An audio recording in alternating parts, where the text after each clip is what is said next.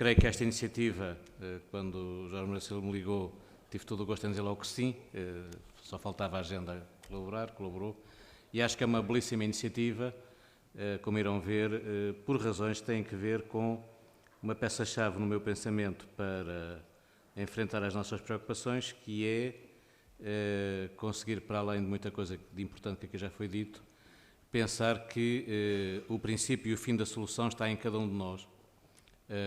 E, obviamente, há aqui um problema de refundação da resiliência dos nossos modelos civilizacionais, que tem muito que ver com recuperar o protagonismo dos destinatários, em vez de o externalizar e, na prática, produzir, digamos, cidadãos relativamente mais diminuídos do que a política monetária europeia, ou a política orçamental, ou a parte económica, já lá irei.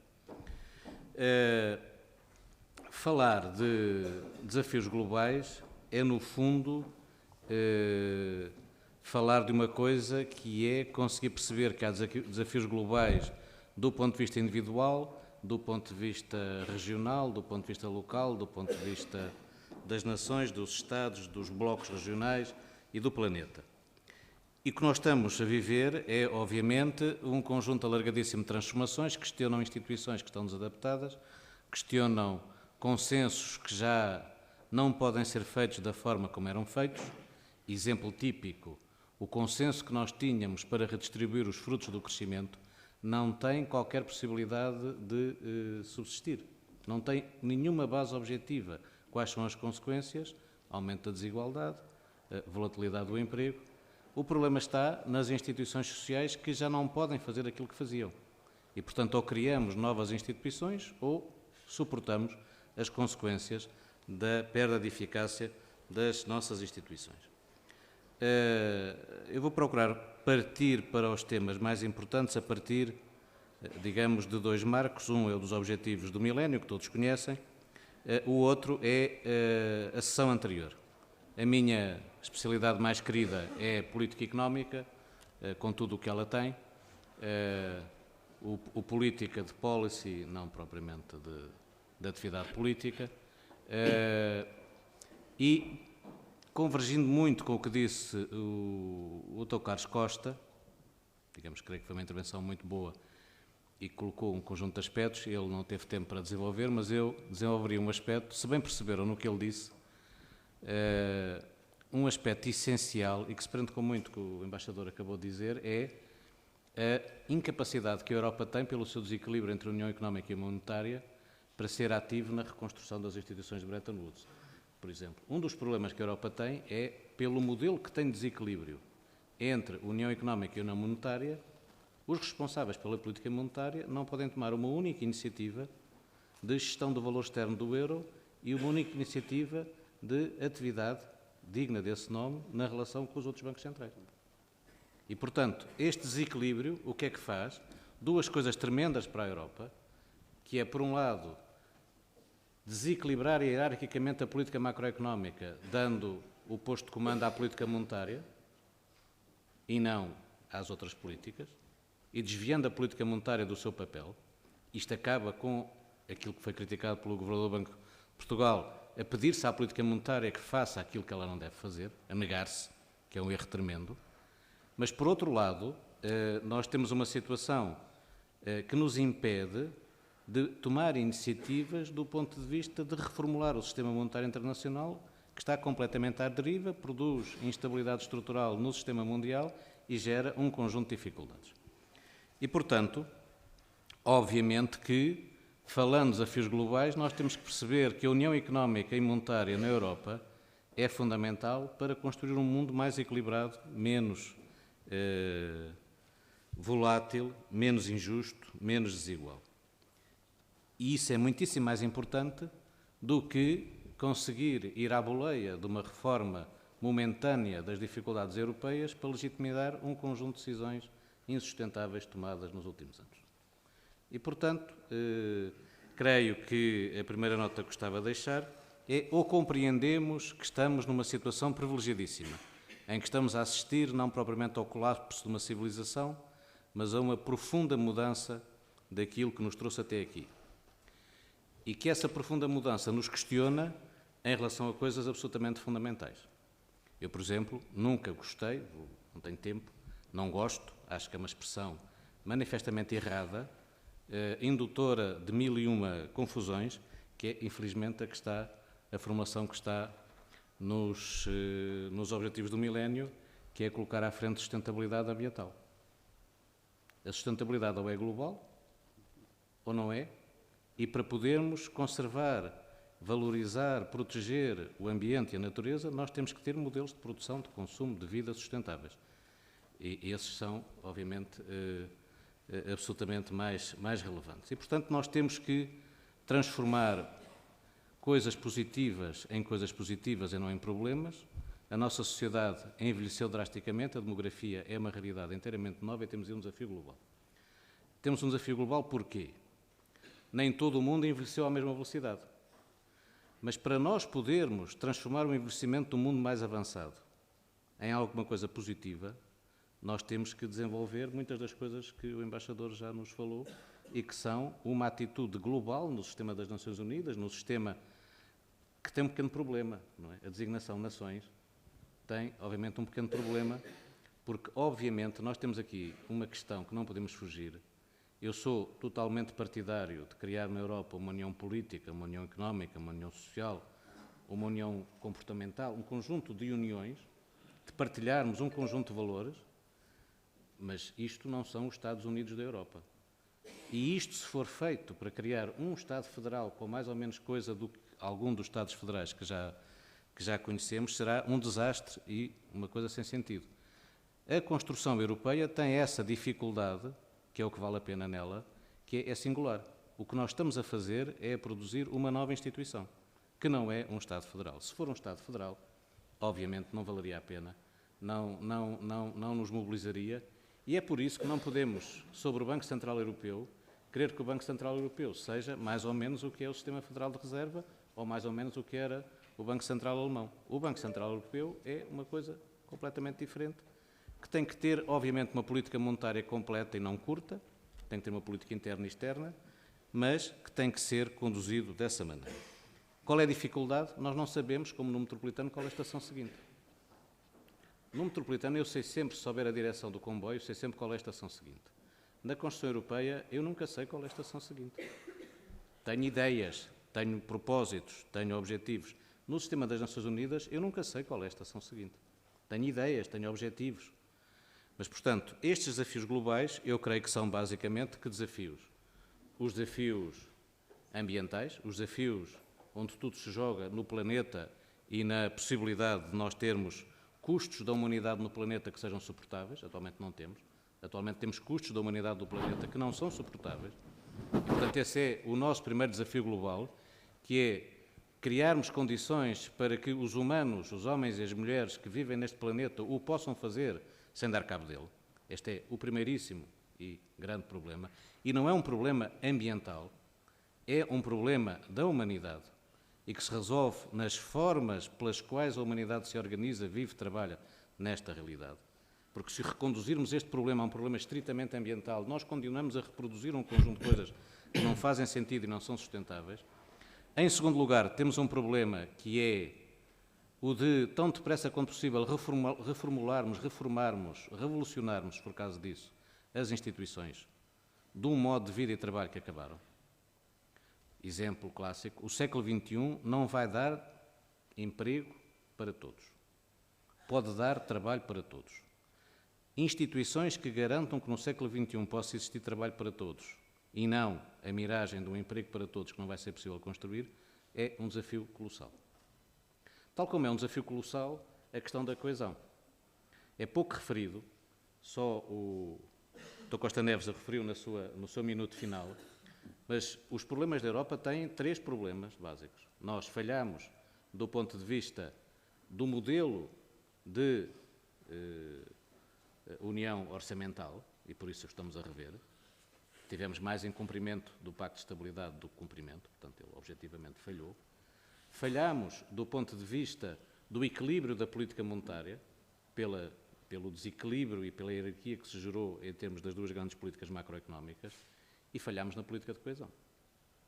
Isto é, Não é por acaso que são os 4 países da coesão e a economia que desde a fundação da União Europeia tem problemas de coesão, por causa da situação específica da Itália do Sul, são essas economias da coesão que sofrem mais diretamente o problema de perda de competitividade. E sofrem o problema de perda de competitividade porque as nossas políticas de coesão na Europa não estão a correr bem.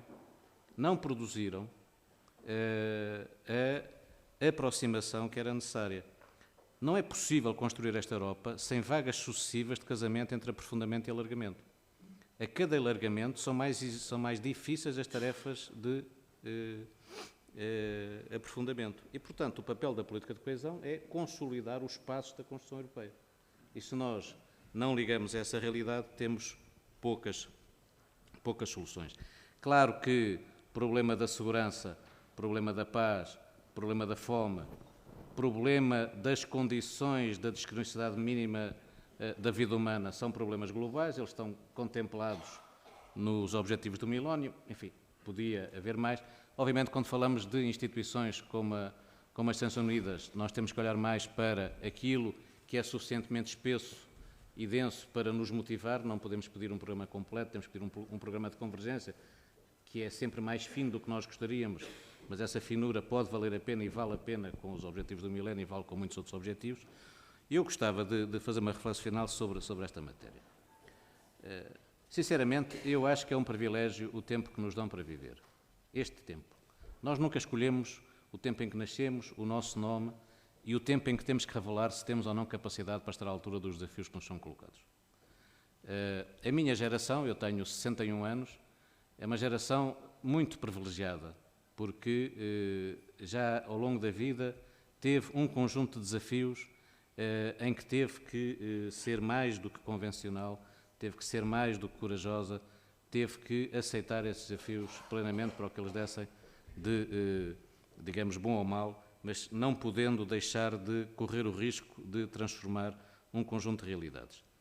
E este fim de linha do pós-guerra do século passado, este fim de linha de um modelo em que nós nos entretivemos a separar um conjunto de coisas que têm que estar unidas. Reparem como não há dúvida sobre que o futuro é feito de consumidores que são produtores. Não há um mundo dos consumidores que só consomem. Nós vamos ver muitos problemas de eficiência energética com estas lógicas. Cada vez mais a riqueza tem que ver com cultura, criatividade e conhecimento e não com meios de produção. As leis bem podem falar da venda da força de trabalho. A força de trabalho não produz rigorosamente nem €1, nem $1, nem 1 cêntimo. Não há força de trabalho que produza o que quer que seja. O que produz qualquer coisa que valha a pena, basta ver, digamos, a própria evolução de não usar um pouco acefalamente indicadores como o PIB para medir o progresso económico. Nós queremos riqueza na medida em que mobilizamos conhecimento para satisfazer necessidades. Não produzimos valor quando mobilizamos matérias-primas para chegar a determinado produto acabado. A economia mudou drasticamente, a civilização mudou muitíssimo. Não vai passar muito tempo para todas as atividades económicas terem que incluir, como a internet, algo que é gratuito para poder haver algo que não é gratuito. As mudanças são absolutamente colossais. E, portanto, nós ou confiamos que temos no sistema das Nações Unidas algo que nos ajuda a projetar a solução para desafios globais que temos ao nível do planeta, que temos à escala do nosso bloco regional, porque somos portugueses, isto é, a nossa União Europeia, algo que nos ajuda a enfrentar um conjunto de problemas que se resolvem àquele nível e àquele nível tem a solução. E construímos sucessivamente, até nós próprios, um conjunto de soluções para as coisas simples, ser feliz, educar os filhos, ter um planeta que resista, trabalhar para netos, bisnetos e não para nós próprios na sexta-feira à noite, um conjunto de coisas. Demorava horas a dizer aquilo que vale a pena. E o aspecto essencial é conseguir unir o que andamos a separar. Vejam como o nosso problema-chave do euro tem 2 clubes largamente minoritários, o clube da cara e o clube da coroa. O que é isto? O clube da cara é o clube da austeridade, o clube da coroa é o clube do crescimento. Querer tirar a cara da coroa de uma moeda é uma tarefa difícil. Querer ter solução para os nossos problemas económicos na Europa sem fazer simultaneamente austeridade e crescimento é difícil.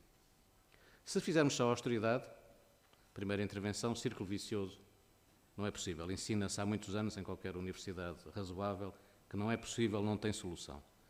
Querer prosseguir desta situação sem perceber que a despesa pública não tem aqui nenhum papel relevante, a despesa pública tem um papel relevante nos bens e serviços públicos novos, nos bens e serviços públicos globais. Nós não vamos poder descer desta situação na Europa com mais despesa pública, vamos sair com mais investimento.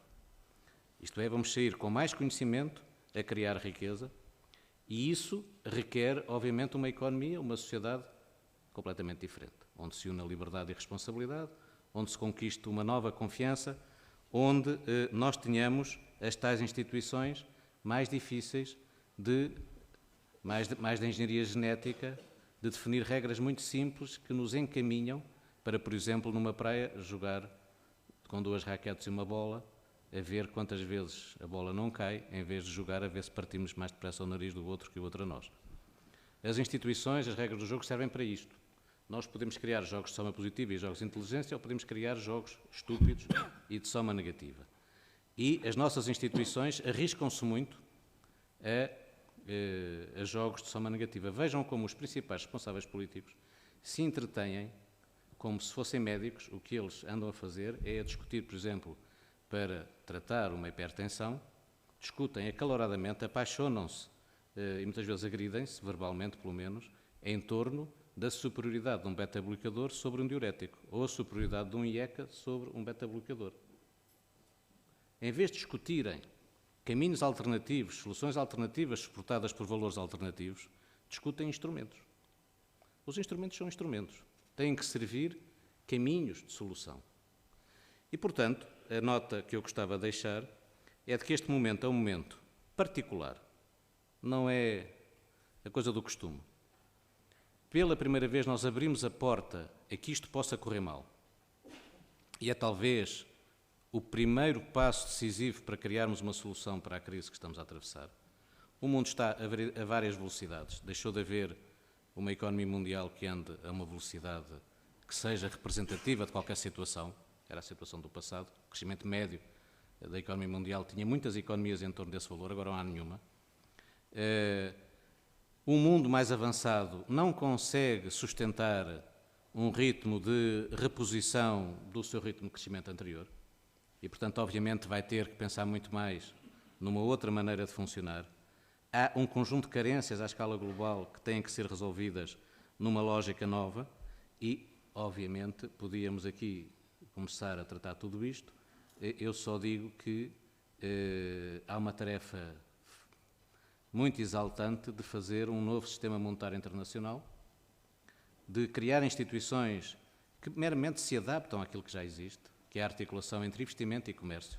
Vejam a dificuldade, está ali o deputado Guilherme Silva, vejam a dificuldade que Portugal tem, não é para ser simpático com ele, em perceber as limitações e o interesse, por exemplo, de uma coisa que agora se designa por offshore, nunca foi nem é, mas que é um centro de negócios internacionais na Ilha da Madeira, com os problemas todos que a Ilha da Madeira tem e com as incompreensões, as asneiras, as coisas. Estas realidades são realidades que têm que ver com a globalização e têm que ver com uma coisa muito simples que é, não há a possibilidade de ter investimento separado de comércio e comércio de investimento. E, portanto, nós temos que ter instituições que nos ajudem a enfrentar esta situação. A China vai ter que crescer muito mais em termos de satisfação do seu consumo interno. O consumo privado na China não ultrapassa 40% do produto. Nós temos que criar um sistema monetário internacional, se calhar muito mais próximo daquele que o Keynes propôs em Bretton Woods. Um cabaz de moedas que exprima uma cooperação monetária internacional e não um sistema de forças e de poder em torno da moeda. A moeda é uma questão social, por isso é que o euro tem uma crise violentíssima. Portanto, há aqui matérias que são demasiado importantes para nós tratarmos sob a pressão do senso comum, sob a pressão da mera transmissão de informação para a opinião pública, sob a pressão da eleição que aí vem pelos métodos da nova teledemocracia. E, portanto, como não refletimos o suficiente sobre cultura, criatividade e conhecimento, como não refletimos o suficiente sobre os meios de comunicação social modernos, como não refletimos o suficiente sobre os avanços importantíssimos que fizemos sobre a difusão da informação, sobre o conhecimento, sobre muita coisa, nós não adaptamos aquilo que é a solução para os nossos problemas, que é, obviamente, mais democracia, mais colaboração à escala internacional, mais solidariedade e mais globalização. Porque o que está escancarado para nós, e já está para os nossos filhos muito mais do que para nós, falando com a minha idade, é, obviamente, que nós somos, em primeiro lugar, habitantes do planeta Terra.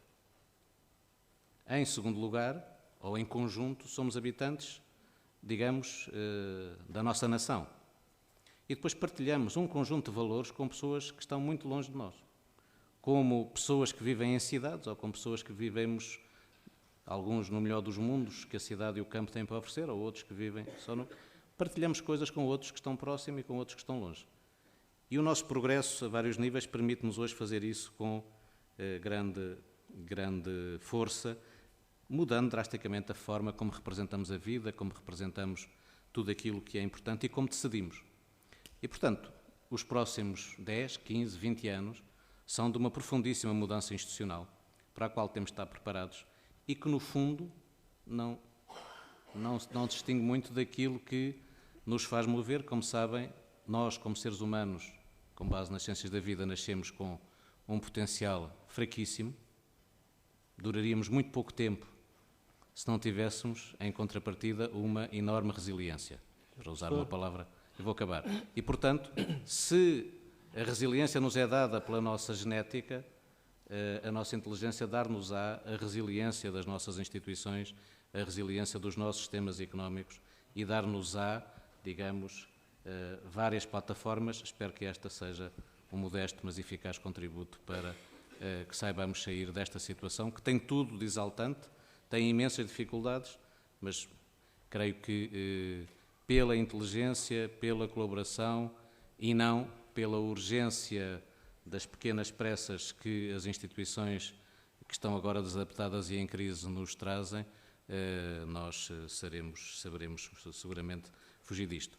Não falo de uma coisa essencial, como estamos neste planeta, porque vou deixar para o orador seguinte, que é a importância da língua em que pensamos, da língua que nos dá identidade, que é, obviamente, o nosso português é esmagadoramente maior que qualquer dimensão de qualquer das nações que o acolhem.